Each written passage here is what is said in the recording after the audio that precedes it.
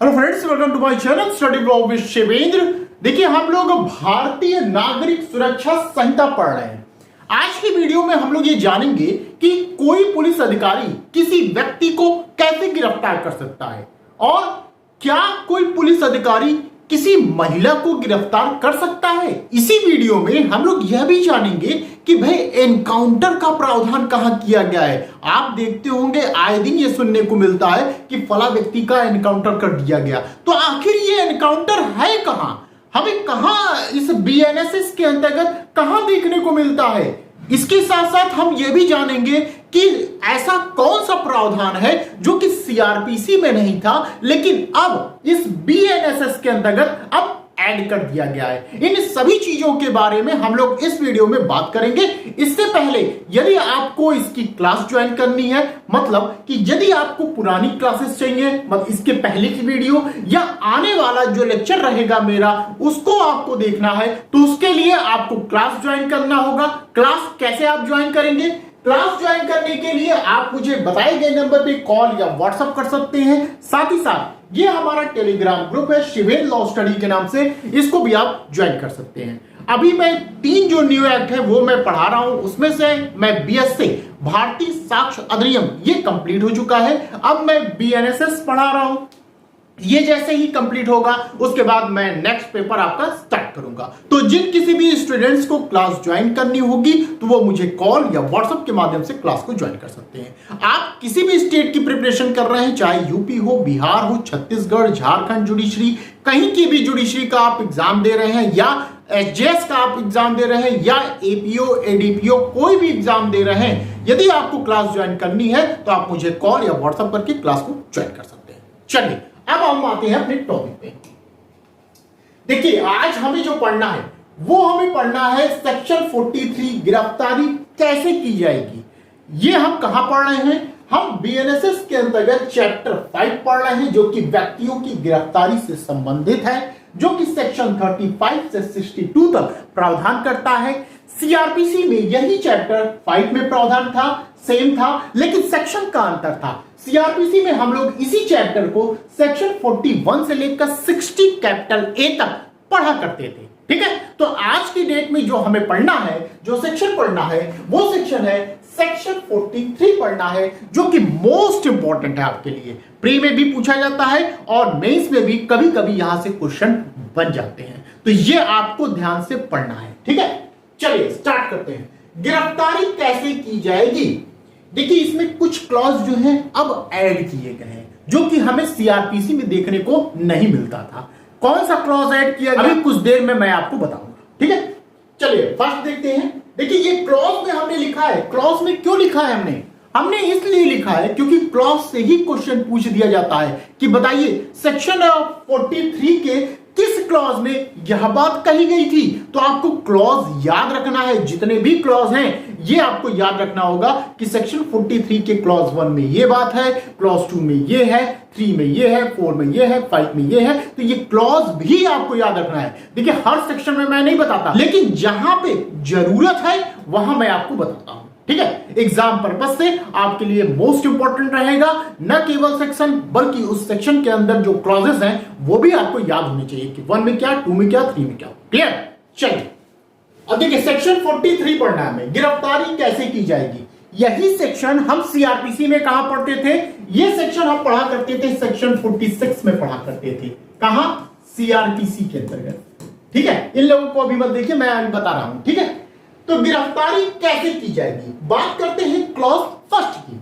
ये कहा गया शरीर को वास्तविक रूप से स्पर्श करके, कैसे स्पर्श करके या परिरुद्ध करके की जाएगी। 2 तरीके से इन्होंने बताया, लेकिन मैं आपको बताता हूं 3 तरीके से हो सकता है। कैसे? जब कोई पुलिस अधिकारी किसी व्यक्ति को गिरफ्तार करने आ रहा है तो एक चीज तो ये हो सकती है कि वो स्पर्श करके आपकी गिरफ्तारी कर ले जाए। ठीक है, आपको स्पर्श करे, आप ये देख रहे हैं, ये चीज स्पर्श किया मतलब ये तो टांग लिया है, इसको स्पर्श करके मतलब ये हाथ पकड़ा आपको लेके जा रहा है। ठीक है, ये स्पर्श करके हो सकता है आपकी गिरफ्तारी हो जाए। दूसरी चीज क्या हो सकती है कि भाई परिरुद्ध करके हो जाए। आप किसी बंद कमरे में हैं या ऐसे घेरेदार वाले जगह पे हैं, तो उसमें परिरुद्ध करके आपको गिरफ्तार किया जा सकता है। ये ध्यान रखिएगा, ये न केवल पुलिस अधिकारी द्वारा बल्कि किसी व्यक्ति के द्वारा भी किसी व्यक्ति को गिरफ्तार किया जा सकता है। मैंने आपको बता रखा है कि प्राइवेट व्यक्ति कब किसी व्यक्ति को गिरफ्तार कर सकता है। आप मुझे सेक्शन बताइएगा किस सेक्शन में यह बात कही गई है। क्लियर? तो दो चीजें आपको पता चली कि गिरफ्तारी कैसे होगी। पहली चीज तो स्पर्श करके हो सकती है, कोई पुलिस अधिकारी स्पर्श करके गिरफ्तार कर सकता है। दूसरी चीज कि परिरुद्ध करके गिरफ्तारी हो सकती है। अब तीसरी चीज क्या होगी? तीसरी चीज ये है कि कोई पुलिस अधिकारी मान लीजिए गिरफ्तारी करने जा रहा है, मान लीजिए ए नाम का व्यक्ति है, इसको गिरफ्तार करने जा रहा है और कहता है कि भैया मैं तुम्हें गिरफ्तार करने आया हूं। पुलिस अधिकारी ए से कहता है कि मैं तुम्हें गिरफ्तार करने आया हूं, तो ए ये कहता है अच्छा ठीक है भाई, चलिए बताइए कहां बैठना है, गाड़ी उड़ी लाए हैं, किस गाड़ी में बैठना, कहां किस सीट पे बैठना है, मैं बैठ जाता हूं। तो अब यहां पर इस व्यक्ति को स्पर्श भी नहीं किया जाएगा, ये ध्यान रखिएगा। वो खुद चलेगा, ठीक है, वो खुद चलेगा, उसको स्पर्श नहीं करेगा, मतलब उसका हाथ बढ़ के ये नहीं कि आप लेके जाएंगे, क्योंकि वो तो खुद ही सरेंडर हो गया है, वो खुद आपके साथ चलने के लिए राजी है, तो आप उस दशा में उसको स्पर्श नहीं करेंगे। क्लियर? तो तीन तरीके से, एक तो स्पर्श करके हो सकता है, दूसरा परिरुद्ध करके हो सकता है, तीसरा कि वो खुद राजी हो जाए तो वहां पर वो गिरफ्तारी उसकी मान ली जाती है। ठीक है? क्लियर? ये बात यहां कही गई। अब देखिए जो मोस्ट इंपॉर्टेंट चीज है वो ये है, परंतु करके बताया गया कि किसी महिला की यदि गिरफ्तारी करनी है तो क्या कोई पुलिस अधिकारी गिरफ्तार कर सकता है? तो ये कहा गया नहीं, तो कहा गया कोई भी पुलिस अधिकारी किसी भी महिला को गिरफ्तार नहीं कर सकता है। क्लियर? तो अब बात आती है गिरफ्तार करेगा कौन? उस दशा में जब किसी महिला को गिरफ्तार करना होगा तो वहां पर महिला पुलिस अधिकारी के द्वारा ही किसी महिला को गिरफ्तार किया जाएगा। ये ध्यान रखिएगा। और एक चीज और ध्यान रखिएगा, जैसे कोई पुलिस अधिकारी आ रहा है स्पर्श करके किसी व्यक्ति को गिरफ्तार कर रहा है, उस तरह कोई भी पुलिस अधिकारी किसी महिला को स्पर्श तक नहीं कर सकता। यह भी ध्यान रखिएगा कि स्पर्श करने का काम किसका है? महिला पुलिस अधिकारी के द्वारा किया जाएगा। ठीक है? जैसे ये लोग लेके जा रहे हैं इनको, तो ये नहीं करेंगे। यहां पे ये लोग कौन होंगे? ये महिला के द्वारा ही किसी महिला की गिरफ्तारी होगी, चाहे ये है। ठीक है? तो महिला के द्वारा ही किसी महिला की गिरफ्तारी होगी, ये ध्यान रखिएगा। क्लियर? अब देखिए इसी में एक केस लॉ है, महाराष्ट्र राज्य versus Christian community welfare council 2004 supreme court का मामला था। इसमें यह कहा गया कि भाई जब महिला को गिरफ्तार करना है तो किसी महिला पुलिस अधिकारी के द्वारा ही उसकी गिरफ्तारी होगी। क्लियर? लेकिन इसके साथ साथ यह भी कह दिया गया कि एक पुरुष व्यक्ति भी आवश्यक परिस्थितियों के कारण किसी भी स्त्री को दिन में गिरफ्तार कर सकता है, रात में नहीं, दिन में गिरफ्तार कर सकता है। जब परिस्थितियां ऐसी हो कि मान लीजिए किसी महिला को गिरफ्तार करना है और उस समय कोई महिला पुलिस अधिकारी साथ में नहीं है और वहां आवश्यक है उसको गिरफ्तार करना, तो उस दशा में कोई पुलिस अधिकारी भी महिला को गिरफ्तार कर सकता है। ये जो केस लॉ है हमने लिखा, महाराष्ट्र राज्य वाला केस लॉ, ये आपने एक मूवी देखी होगी सिंघम। सिंघम जब आपने मूवी देखी होगी तो आपको पता होगा वहां पर इस केस का जिक्र हुआ था। सिंघम में एक सीन था जिसमें जो आपका विलन है वो माइक लेके बोल रहा होता है, तभी करीना कपूर आती हैं और उसको एक थप्पड़ मारती हैं खींच के। तो वो व्यक्ति कहता है कि भाई वहां पे अजय देवगन थे, हीरो थे, वहां पे पुलिस की वर्दी में थे। तो वो व्यक्ति अजय देवगन से कहता है कि भाई उसको अरेस्ट करिए। तो अजय देवगन कहते हैं भाई लॉ के अनुसार किसी महिला को किसी महिला अधिकारी के द्वारा ही गिरफ्तार किया जाएगा। उसी समय एक महिला और आती है और इस केस का वहां पर जिक्र करती है, हवाला देती है। वो बताती है कि फला इस केस में यह कहा गया है कि किसी महिला को महिला पुलिस अधिकारी के द्वारा ही गिरफ्तार किया जाएगा। अगर आपने ये मूवी ना देखी हो तो प्लीज एक बार जरूर मूवी देखिएगा, वहां आप देखेंगे कि इस केस का जिक्र किया गया है। ठीक है?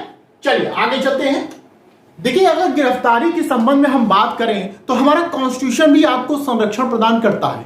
आर्टिकल 21 ये बताता है आपको कि किसी भी व्यक्ति को उसके प्राण या दैहिक स्वतंत्रता से वंचित नहीं किया जाएगा। देखिए, जब गिरफ्तारी हो जाती है तो वो व्यक्ति क्या होता है, अपनी स्वतंत्रताओं से वंचित हो जाता है। आप स्वतंत्र नहीं रहते जब आप गिरफ्तार हो जाते हैं। लेकिन साथ साथ ये भी कहा गया है कि किसी व्यक्ति को प्राण एवं दैहिक स्वतंत्रता से वंचित तो नहीं किया जाएगा। वंचित तभी किया जा सकता है जब विधि द्वारा स्थापित प्रक्रिया के माध्यम से ही वंचित किया जाएगा, अन्यथा नहीं किया जाएगा। तो इसीलिए आपकी गिरफ्तारी होती है कि आपने ऐसा काम किया है, विधि विरुद्ध काम किया है कोई, इसलिए आपको गिरफ्तार किया जाएगा, अन्यथा आपकी गिरफ्तारी नहीं होगी।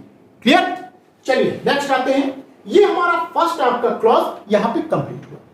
सेकंड आइए, गिरफ्तार किए जाने वाला व्यक्ति यदि प्रतिरोध करता है या गिरफ्तारी से बचने का प्रयत्न करता है तब पुलिस अधिकारी आवश्यक सभी साधनों को उपयोग में ले सकेगा। कोई पुलिस अधिकारी गया, अब क्या हुआ कि वो गिरफ्तार नहीं हो रहा है, खूब आनाकानी कर रहा है या बचने का प्रयास कर रहा है, या उसे गिरफ्तार करने गया, अब गिरफ्तारी से बचने का प्रयत्न कर रहा है, भागने का प्रयत्न कर रहा है कि मैं भाग के निकल जाऊं। तो ये कहा गया कि भाई उसके गिरफ्तारी के लिए जितने भी आवश्यक साधन हो सकते हैं आप उसका यूज करिए। जैसे मान लीजिए आप उसको क्या कर लीजिए, रस्सी से बांध दीजिए उसका हाथ। आप देखते होंगे अधिकतर लोग ले जाते हैं कचहरी में, तो हाथ बांध दीजिए रस्सी से, लगाना हथकड़ी भी तक लगाना है तो वो भी आप लगा दीजिए। ठीक है, मतलब वो आवश्यक सभी साधन आप प्रयोग कर सकते हैं जिससे वह व्यक्ति भागने ना पाए। ठीक है, वो सभी सब आवश्यक साधन आप यूज कर सकते हैं। लेकिन साथ ही साथ सेक्शन 46 हमारा ये कहता है कि आवश्यकता से अधिक अवरुद्ध नहीं किया जाएगा। क्लॉज 2 ये कहता है कि आवश्यक सभी साधन का आप यूज करिए, लेकिन साथ ही साथ 46 का भी ध्यान रखिए, मतलब कि आवश्यकता से अधिक आप उसका अवरुद्ध न कर लीजिए। पता चला आप उसको पैर पूरा सीकड़ से बांध दिए, हाथ बांध दिए, गले में पूरा सीकड़ लगा दिए, अब तो ये आवश्यकता से अधिक आपने कर दिया, इतनी जरूरत नहीं थी। तो जितना आपको जरूरत है जिससे कि वह व्यक्ति आपके चंगुल से या आपकी अभिरक्षा से निकल ना भागे, उतना ही आप बल का वहां पे प्रयोग करिए। क्लियर?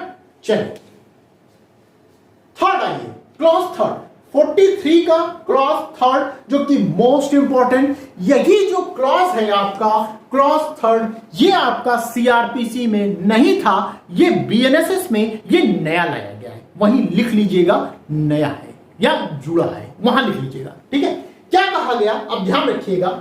देखिए, इससे पहले कहीं हथकड़ी लगाने का प्रावधान नहीं था, कहीं भी क्लॉज में ये नहीं लिखा था कि आप हथकड़ी लगा दीजिए, लेकिन इस क्लॉज में यह साफ साफ लिख दिया गया कि आप हथकड़ी तक लगा सकते हैं।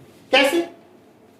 पुलिस अधिकारी अपराध की प्रकृति और गंभीरता को ध्यान में रखते हुए व्यक्ति को न्यायालय के समक्ष पेश करते समय हथकड़ी लगा सकता है। ध्यान रखिए, कब लगा रहा है पुलिस अधिकारी?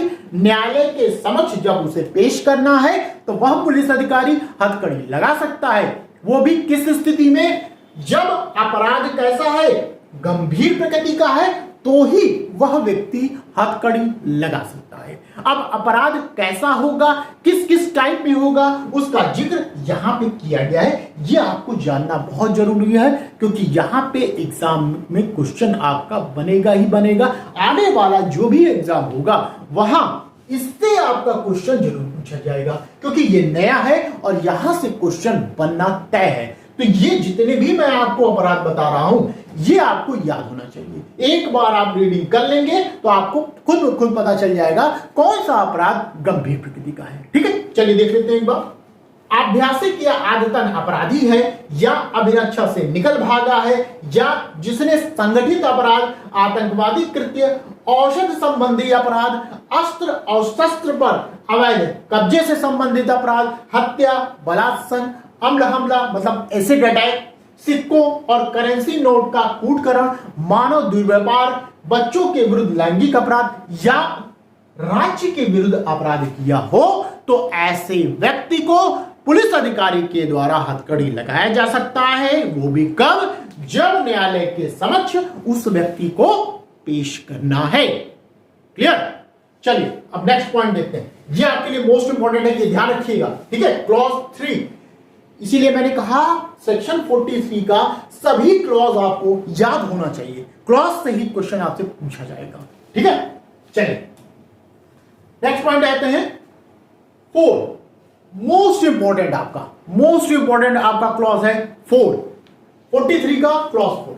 ऐसे व्यक्ति की मृत्यु कारित नहीं की जा सकती जिस पर मृत्युदंड या आजीवन कारावास का अभियोग ना हो। ध्यान रखिए क्या कहा गया, ना हो। ऐसे व्यक्ति को आप मार नहीं सकते, ठीक है, नहीं कि पिस्तौल निकाला और मार दिया, ऐसा नहीं कर सकते हैं। इसीलिए जब आपसे यह पूछा जाए कि एनकाउंटर का प्रावधान कहाँ है, तो इसी क्लॉज को एनकाउंटर कहते हैं। हालांकि कहीं लिखा नहीं गया है, फिर भी इसे एनकाउंटर के रूप में लेते हैं। आप अधिकतर देखते होंगे पुलिस के द्वारा फला व्यक्ति का एनकाउंटर कर दिया गया। यह तब किया जाता है जब उस व्यक्ति पर कौन सा चार्ज हो, चाहे मृत्युदंड या आजीवन कारावास का, ऐसा कोई उसने अपराध किया है, तो ही कोई पुलिस अधिकारी उसका क्या कर देता है, एनकाउंटर कर देता है, गोली चला देता है। लेकिन अगर कोई व्यक्ति चोरी का अपराध किया है, वह भाग रहा है, तो ऐसी दशा में आप उस पर गोली नहीं चला सकते हैं, ठीक है, उसकी मृत्यु नहीं कारित कर सकते हैं। क्यों? क्योंकि इसलिए कि चोरी का अपराध मैक्सिमम कितनी सजा है, 3 वर्ष तक है। इसलिए आप उसका एनकाउंटर नहीं कर सकते, उस पर गोली नहीं चला सकते, मृत्युदंड नहीं कारित कर सकते उसकी, ठीक है, ये ध्यान रखिएगा। देखिए इसीलिए मैं आप लोगों के लिए पिक्चर लेके आया हूं कि पुलिस अधिकारी है, ये क्या कर रहे हैं, एनकाउंटर कर रहे हैं, गोली चला रहे हैं। अब यही जो अपराधी है, ये अपराधी कैसा होगा, मान लीजिए ये अपराधी कैसा हो सकता है कि वो मृत्युदंड का अपराधी हो, या फिर हो सकता है वो आजीवन कारावास का ऐसा कोई अपराध किया हो उसने। तब वहां पे पुलिस अधिकारी क्या कर रहे हैं, गोली चला रही। ये कब चलाएगी, ये तब चलाएगी जब वो भाग रहा है, ठीक है, भाग रहा है, उस दशा में पुलिस अधिकारी के द्वारा क्या किया जा सकता है, गोली चलाई जा सकती है। ये पावर इनको दी गई है, लेकिन ध्यान रखिएगा तभी चलाएंगे जब वो अपराधी कौन सा अपराध किया हो, चाहे मृत्युदंड से संबंधित अपराध, चाहे आजीवन कारावास से संबंधित अपराध उसने किया है, तभी पुलिस अधिकारी के द्वारा गोली चलाई जाएगा। और इसी क्या कहते हैं, एनकाउंटर कहते हैं, ठीक है। चलिए अधिकतर आपने ये भी देखा होगा वो भगा भी देते हैं कि जाओ भागो, भागेगा तो हम मारेंगे उसको, ठीक है। लेकिन यहाँ पे ध्यान रखना पड़ता है कि जिसको हम भगा रहे हैं या जो अपराधी जिस पर हमें गोली चलाना है, उसने अपराध भी मृत्युदंड या आजीवन कारावास का किया, ठीक है। चलिए अब देखिए इसमें एक केस लॉ है, मक्खी सिंह वर्सेस स्टेट का मामला है। इसमें यह कहा गया कि यदि चोर अभिरक्षा से निकल भागे तो गोली नहीं चला सकते हैं, ठीक है, इस बात का ध्यान रखिएगा। आगे चलते हैं, लास्ट हमारा क्लॉज है सेक्शन 43 का क्लॉज 5। इसमें यह कहा गया कि कोई स्त्री सूर्यास्त के पश्चात और सूर्योदय से पहले गिरफ्तार नहीं की जाएगी, और गिरफ्तारी करना ही है, मान लीजिए बहुत आवश्यक हो गया तो कैसे की जाएगी। तब कहा गया कि लिखित में रिपोर्ट करके किसी फर्स्ट क्लास न्यायिक मजिस्ट्रेट की पूर्ण अनुज्ञा से ही उस महिला को गिरफ्तार किया जाएगा। तो एक चीज ध्यान रखिएगा, किसी भी महिला की गिरफ्तारी सूर्यास्त के पश्चात और सूर्योदय से पहले नहीं की जाएगी। जब बहुत आवश्यक है तभी किसी महिला की गिरफ्तारी हो सकती है, वो भी कैसे, फर्स्ट क्लास न्यायिक मजिस्ट्रेट की आज्ञा लेकर। और करेगा कौन, महिला पुलिस अधिकारी के द्वारा ही किसी महिला की गिरफ्तारी की जाएगी। क्लियर? तो ये याद रखिएगा, यहीं से आपका क्वेश्चन बनता है। ये मोस्ट इंपॉर्टेंट आपका क्लॉज है, सभी क्लॉज आप याद रखेंगे, यहां से क्वेश्चन बनते ही बनते हैं। और यदि आपको यहां तक वीडियो समझ में आई हो तो प्लीज वीडियो को लाइक कर दीजिएगा, शेयर कर दीजिएगा, और चैनल पे यदि आप नए हैं तो चैनल को सब्सक्राइब कर दीजिएगा। साथ ही साथ यदि आपको क्लास ज्वाइन करनी होगी तो आप मुझे कॉल या व्हाट्सएप के माध्यम से क्लास को ज्वाइन कर सकते हैं। तो बस आज के लिए इतना ही, फिर मिलते हैं नेक्स्ट वीडियो में। Thank you.